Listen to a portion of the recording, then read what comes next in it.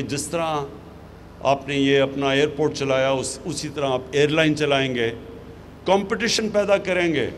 हमारी पीआईए के लिए भी एक कंपटीशन होगी कि वो जब देखेंगे कि एक एफिशिएंट एयरलाइन चल रही है, कम खर्चे पे चल रही है, अच्छी सर्विस दे रही है, तो पीआईए के ऊपर भी प्रेशर पड़ेगा और जो भी एयरलाइन पाकिस्तान में आएगी उन सब पे प्रेशर पड़ेगा।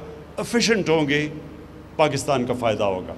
जितनी आपकी एक्सपोर्ट्स बढ़ेगी, पाकिस्तान का जो सबसे बड़ा प्रॉब्लम है, हमारे फॉरेन एक्सचेंज रिजर्व्स नहीं है। ये जो हम जब आए शुरू में तो हमारे पास तो पैसा ही नहीं था। हम पूरी तरह जो हमारी लाइबिलिटीज़ थी बाहर की, हमारे पास पैसा नहीं था वो उनको पेमेंट्स करने का। कई चीज़ों पे हम डिफ़ॉल्ट कर रहे थे और ये हमारे पास मुसलसल पाकिस्तान का प्रॉब्लम आता है हमारी 70 साल तारीख़ में कि जैसे ही हमारी ग्रोथ बढ़नी शुरू होती है, हमारा करंट अकाउंट डेफिसिट बढ़ना शुरू हो जाता है।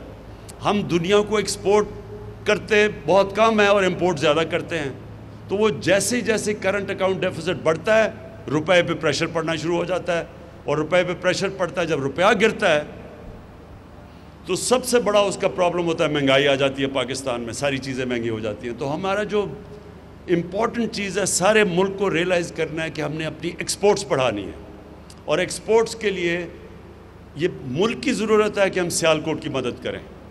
मैं आखिर में आप सबका शुक्रगुज़ार हूँ, मुबारक देता हूँ एयर सियाल को।